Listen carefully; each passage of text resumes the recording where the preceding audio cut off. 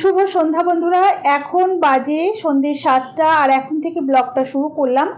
গীতাস ক্যানভাসের নতুন পর্বে তোমাদের সবাইকে স্বাগত জানাই। আশা করি তোমরা বুঝতে পেরেছো আমরা কোথায় এসেছি। এটা নতুন করে বলার কিছু নেই, তবুও বলে দিচ্ছি যে আমাদের এখানে যে 7 দিনব্যাপী পাঠ শুরু হয়েছিল, সেই পাঠের আজকে শেষ দিন। তো এখন শুরু হয়ে গেছে ব্যাস পূজা, তোমরা দেখতেই পাচ্ছ। আর প্রচুর লোকের সমাগম, প্রচুর ভিড়। এখানে কিন্তু দাঁড়ানোটা বিশাল মুশকিলকর ব্যাপার ছিল, আর ভিডিও করা তো দূরের কথা। যাই হোক, অনেক কষ্ট করে ভিডিওটা আমি বানিয়েছিলাম। তো দেখো, এখন কিন্তু কেবল ব্যাস পূজা শুরু হয়েছে। তো দেখো, দুই মহারাজ মানে দুই বাবাজি মহারাজ দুই দিকে দাঁড়িয়ে এই প্রভুজিকে, যে প্রভুজি পাঠ করেছেন তাকে কিন্তু আরতি করছে, যেটাকে ব্যাস পূজা বলা হয়। মানে পাঠ শেষের দিনে বা যখন পাঠ দিয়ে শেষ করেন শেষের দিকে এই ব্যাস পূজাটা করতে হয়। তো সেটাই চলছে। এই ব্যাস পূজা শেষ হলে অধিবাস শুরু হয়ে যাবে আর কি। যেহেতু কাল ভোর থেকে নামযজ্ঞ শুরু হবে, তো 7 দিন ব্যাপী চলবে নামযজ্ঞ অনুষ্ঠান।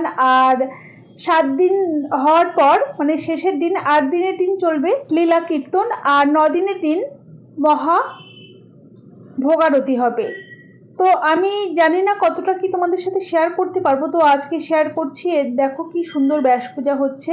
এখান থেকে কিন্তু এই বাবাজি মহারাজকে বের করা খুব মুশকিলকর হয়ে গেছিল, যেহেতু প্রচুর লোকের ভিড় ছিল। এখানে আমরা যা আনন্দ করেছি, যা মজা করেছি, যেটা আমরা ভাষায় প্রকাশ করতে পারবো না।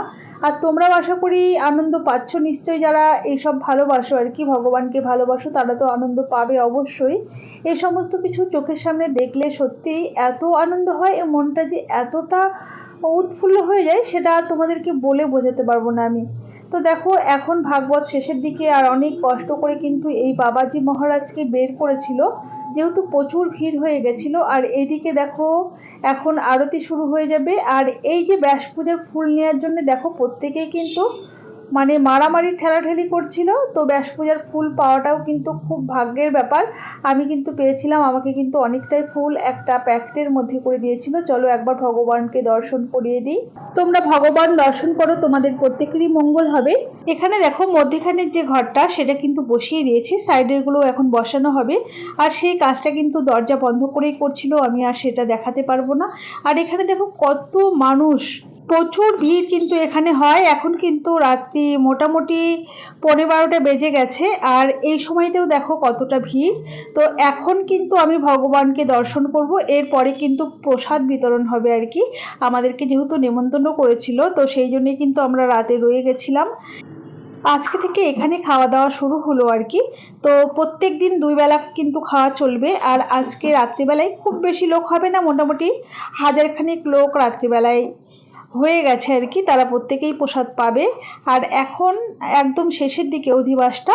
তো ওদিকে দেখো ভগবানকে দর্শন করিয়ে দিলাম। দেখো ঘটগুলো সমস্তটাই বসে গেছে, কি সুন্দর দেখতে লাগছে বলো।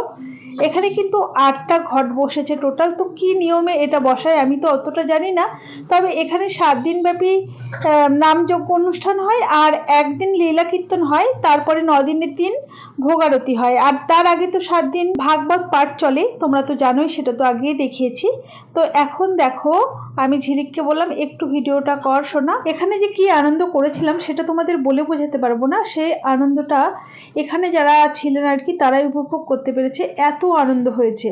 আর সবার শেষে আর কি, যখন আর কি বৈষ্ণব আরতি হয়ে গেল, বৈষ্ণবদের কপালের যে চন্দন আর হলুদ, সেটা কিন্তু সবাই নিতে পারে না আর কি, প্রচুর ভিড় থাকে, সবার কাছে পৌঁছয় না। যাই হোক, আমরা সেটা নিতে পেরেছিলাম, তাতে আমরা খুব আনন্দিত ছিলাম। অধিবাস কীর্তন মোটামুটি সমাপ্ত হলো, আর ভোরবেলা থেকে নাম সংকীর্তন শুরু হবে। আর এখানে দেখো সবাই প্রসাদ পাওয়ার জন্য বসে পড়েছে যে যার মতো। এখানে বুঝতেই পারছো কত লোক। মোটামুটি যারা পরিবেশন করছিলেন তারা বললেন যে এক ব্যাচে 950 জন বসেছে, আর কিছু বাকি ছিল, তারা পরে প্রসাদ পেয়েছে। আর ওখানে প্রসাদের ব্যবস্থা বেশ ভালো ছিল। আর এখন দেখো রাত্রি 12:30 বেজে গেছে, আমরা বাড়ি চলে এসেছি। ওই দেখো দাদা ভাই কলকাতা গেছিল, কলকাতা থেকে ফিরে এসেছে, চুপ করে বসে আছে আর কি, ঘুম পাচ্ছে, খিদেও পেয়েছে। আর আমরা তো ওখান থেকে প্রসাদ পেয়ে এসেছি। আর দেখো আমরা সবাই কতটা আনন্দিত। ওদিকে আমার বর মশাইটা নিয়ে ঘুমিয়ে পড়েছে, এইদিকের ঘরে ছেলে ঘুমিয়ে পড়েছে। তো খুব খুব মজা করেছি আর কি, এতটা মজা যেটা তোমাদের ভাষায় প্রকাশ করতে পারবো না। হ্যাঁ, বুঝতেই পারছো আমাদেরকে দেখে। এখন পরের দিন সকাল 10টা বেজে গেছে আর এখন থেকে আবার ব্লগটা শুরু করলাম। তো কালকে অনেক রাতে শোয়া হয়েছে, আজকে উঠতেও একটু দেরি হয়ে গেছে। আমি উঠে বাসি কাজ সেরে স্নান করে তারপর আমার সকালের খাওয়াও হয়ে গেছে। আর এখন দেখো আমি সকাল সকাল রান্না করে নিচ্ছি। আমাদের বাবুর বাবা আর কি, মানে আমার কর্তামশাই বাঁধাকপি খেতে খুব ভালোবাসে, আর যেহেতু আজকে শনিবার বুদ্ধ পূর্ণিমা, তো আমি এরকম দেখো মটরশুঁটি আর বেশি করে টমেটো দিয়ে বাঁধাকপিটা রান্না করছি। তো বাঁধাকপিটা খেতে কিন্তু দারুণ হয়েছিল। আমি এরকম অল্প করে বাঁধাকপি রান্না করেছিলাম, একটা ছোট সাইজের বাঁধাকপি আর কি। তো কর্তামশাইয়ের জন্য এই আলু আর বাঁধাকপি মটরশুঁটি দিয়ে তরকারি করেছিলাম, আর সাথে একটু চাটনি করে দিয়েছিলাম, আর একটু বেগুন ভাজা করে দিয়েছিলাম, আর সাথে একটু চাটনি করে দিয়েছিলাম। এই ছিল আজকের মেনু আর কি। যেহেতু আমরা কেউ খাবোই না, শুধুমাত্র কর্তামশাই খাবে, তো তার জন্যই আমি এই রান্নাটুকু করে রেখে গেছিলাম। তো এটা দিয়ে কিন্তু রাত্রিবেলাতেও হয়ে গেছিল, আর রাত্রিবেলাতেও আমি আরও এক জায়গায় গেছিলাম। শুভ দুপুর বন্ধুরা, এখন দুপুর 12:30 বাজে। আর কালকে যেহেতু অনেকটা রাতে বাড়ি এসেছি, অনেক রাতে ঘুমানো হয়েছে, তো আজকে সকালে উঠতেও অনেকটা লেট হয়ে গেছিলো। তো যাই হোক, সকালবেলা উঠে বাসি কাজ সেরে স্নান করে তারপর সকালের একটু হালকা ফুলকা টিফিন করে নিয়েছি। এরপর কিন্তু আমি সিদ্ধার্থর বাবার জন্য কিছুটা রান্নাও করে রেখেছি, যেমন বাঁধাকপির ঘন্ট তো তোমাদের দেখালাম, চাটনি করেছি, বেগুন ভাজা করেছি, আর আলু আর বেগুন সেদ্ধ দিয়ে দিয়েছি। ও আলু বেগুন সেদ্ধ খেতে খুব ভালোবাসে, খায় অল্প কটা ভাত, কিন্তু এগুলো হলে ওর ভালো হয় আর কি, যেহেতু নিরামিষ। আর আজ যেহেতু বুদ্ধ পূর্ণিমা শনিবার, তো আমরা বাড়িতে আজকে অন্য আর কি চালের কোনো জিনিস খেতাম না। তো আমাদের মঠ থেকে বলেছে আর কি, মন্দির থেকে, যে কাল মঠে প্রসাদ পেলে কোনো ব্যাপার না, মঠের প্রসাদ খাওয়া যাবে। তো নেমন্তন্নও করেছে, তো আজকে আমরা যাচ্ছি প্রসাদ পেতে আর কি। আর এরপরে যাওয়া হবে না হয়তো, কেননা এরপরে প্রসাদ পেতে গেলে প্রচুর ভিড় হবে, প্রচুর লোকের ঠেলাঠেলি। তোমাদেরকে তো বলেইছি প্রত্যেক দিন এখন দুপুরে আর রাত্রে প্রসাদ বিতরণ হবে, তো সেখানে বসে খেতে গেলে প্রচুর ভিড়ের মধ্যে পড়তে হবে, তো আমরা সেটা চাই না। আজকে যাচ্ছি, আজকে একটু ভিড়টা কম থাকবে হয়তো। তো চলো সবাই মিলে যাওয়া যাক। আর আমরা তো রেডি হয়ে গেছি, তোমরা দেখতেই পাচ্ছ, আজকে সবাই মিলে কিন্তু শাড়ি পরেছি, মানে দিভাই শাড়ি পরেছে, আমিও শাড়ি পরেছি। আর দিভাই কিন্তু শাড়ি খুব একটা পরে না, আর আজকে কিন্তু ওই দেখো শাড়ি পরেছে। এই কয়দিন পাঠে গেছিল, যে প্রত্যেক দিনই কিন্তু শাড়ি পরেই গেছিল। আর আমি যাই হোক মাঝে মধ্যে শাড়ি পরি, শুধু চুড়িদার কুর্তি নয়, আমি শাড়িটাও পরি, বাড়িতেও শাড়ি পরি সময়তে, কিন্তু দিভাই শাড়ি একদমই পরে না। এই দেখো বেরিয়ে পড়লাম সবাই মিলে, মাও রেডি হয়ে গেছে, তো ভাবলাম ভগবান একবার দর্শন করিয়ে দেব। তো ওই ঘরে গিয়ে ঝিলিক দেখলো যে ভগবান শয়নে চলে গেছে আর কি, পর্দা টেনে দিয়েছে মা। তো যাই হোক, সেগুলো হলো না। আর এখানে কিন্তু আমরা যে কথাবার্তাগুলো বলেছিলাম তোমাদেরকে শোনাতে পারলাম না, এটা আমার খুব মানে দুঃখ লাগছে। কেননা বাড়ি যেহেতু, আমাদের বাড়িটা কোথায় তোমরা তো জানো আর কি, একদমই রাস্তার সঙ্গে, এত গাড়ির হর্ন, এত গাড়ির আওয়াজ, যে কোনো কিছুই ঠিকঠাক শোনা যায় না। আর দেখো আমরা নিচে নেমে পড়েছি, আমাদের দোকানের সামনে দাঁড়িয়ে আছি। এই দেখো আমি টাকা নিয়ে এলাম আর কি কর্তামশাইয়ের কাছ থেকে। এবারে রাস্তা পার হয়ে টোটোতে উঠে চললাম মন্দিরে। তো মন্দিরে যেতে আমাদের খুব ভালো লাগে। তোমরা কারা কারা মন্দিরে যেতে পছন্দ করো আমাকে আমাকে কিন্তু কমেন্ট বক্সে কমেন্ট করে জানিও। এই দেখো এদিকে 3 মা বসেছে, আর আমরা 2 বোন বসেছি উল্টো দিকে। তো এই তো বাস স্ট্যান্ড চলে এলাম। এখন বাস স্ট্যান্ড থেকে এই যে এই দিক দিয়ে যাবে আজকে টোটোটা। এর আগে টোটোগুলো কিন্তু ওই দিক দিয়ে গেছিলো, বাড়ি থেকে কিন্তু খুব বেশি দূরে নয়, মোটামুটি 10 মিনিটের রাস্তা হেঁটে গেলে, মানে 10 থেকে 12 মিনিট লাগবে। আর এই রোদের মধ্যে হাঁটতেও ইচ্ছা করে না, তো টোটো করেই সেই জন্য চলে যাচ্ছি। আর আজকে আসার সময় আমরা হেঁটেই আসবো। এই দেখো আমরা কিন্তু প্রায় চলে এসেছি।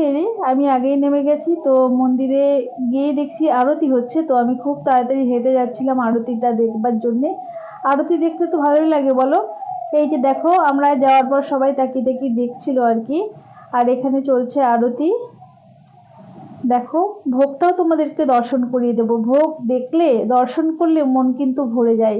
এদিকে চলছে নাম সংকীর্তন, যেটা তোমাদেরকে বলেছিলাম, এই যে এদিকটায় এই মঞ্চটা কিন্তু একেবারেই মানে পুরোপুরি তৈরি একটা মঞ্চ, এটা কিন্তু পাথর দিয়ে তৈরি।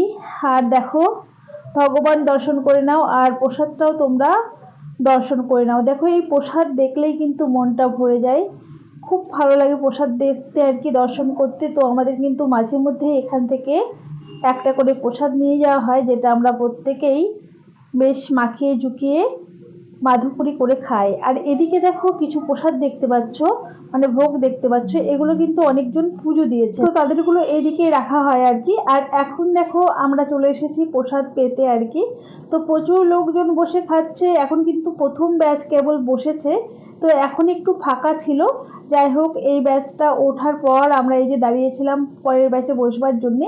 পরের ব্যাচে অনেক কষ্ট করে জায়গা পেয়েছি, আর প্রচুর ভিড় হয়ে গেছে, মানে এত ভিড় যে আর ভিডিও করার কোনো সুযোগই পাইনি, মানে খুব কষ্ট মষ্ট করে আর কি বসেছি। ওইদিকে দেখো দিভাই আর মা বসেছে, আর আমি আর ঝিলিক এখানে বসেছি। আর এই দেখো আমাদের প্রসাদ পাওয়া হয়ে গেছে, আমি আর সেগুলো শেয়ার করতে পারলাম না। এখানে দেখো রান্না হচ্ছে, দুটো উনুন জ্বলছিল, এখন আরো একটা উনুন জ্বালবে। আর আমি জিজ্ঞেস করছিলাম যে কত কেজি চালের অন্ন এক এক ব্যাচে হচ্ছে, তো বললেন যে 1 কুইন্টাল চালের অন্ন এই কড়াইটাতে হচ্ছে। এখন তো নামিয়ে নিচ্ছে, ওই দেখো।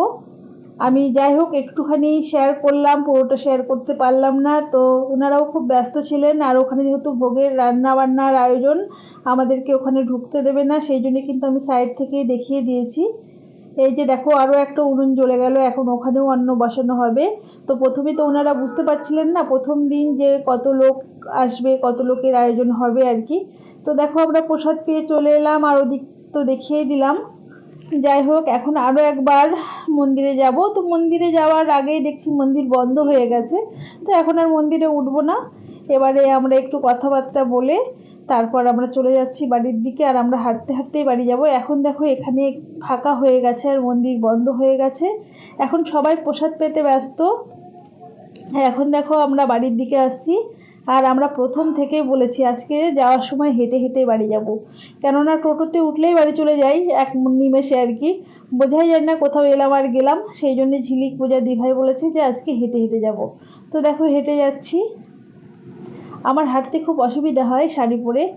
আর দেখো আমি শাড়ি তুলে কেমনভাবে হাঁটতে, দেখেছো? এর জন্য আমি সবার কাছে বকা খাই, দিভাইয়ের কাছে, মায়ের কাছে, ঝিলিক পূজা সবার কাছে বকা খাই যে শাড়িটা কেন তুলে হাঁটো। আর ওই শাড়িতে নোংরা লেগে যাবে, হ্যাঁ, ওই জন্য আমি এভাবে তুলে তুলে হাঁটি আর কি। হাঁটতে হাঁটতে দেখো বাড়িতে পৌঁছে গেছি, কখন পৌঁছে গেলাম বুঝতেই পারলাম না। নিচে এসে দেখলাম কর্তামশাই এই যে ফোন দেখছে, আর দেখো একটু আর চোখে দেখে নিলাম আমি ভিডিও করছি সেটা। তো এখন বাড়ি এসে ড্রেস চেঞ্জ করে নিয়েছি। আর ব্লগটা তাহলে আজকে আর বাড়াচ্ছি না, এখানেই শেষ করছি। তোমরা তাহলে প্রত্যেকে ভালো থেকো আর সুস্থ থেকো, দেখা হবে পরের ব্লগে। ধন্যবাদ।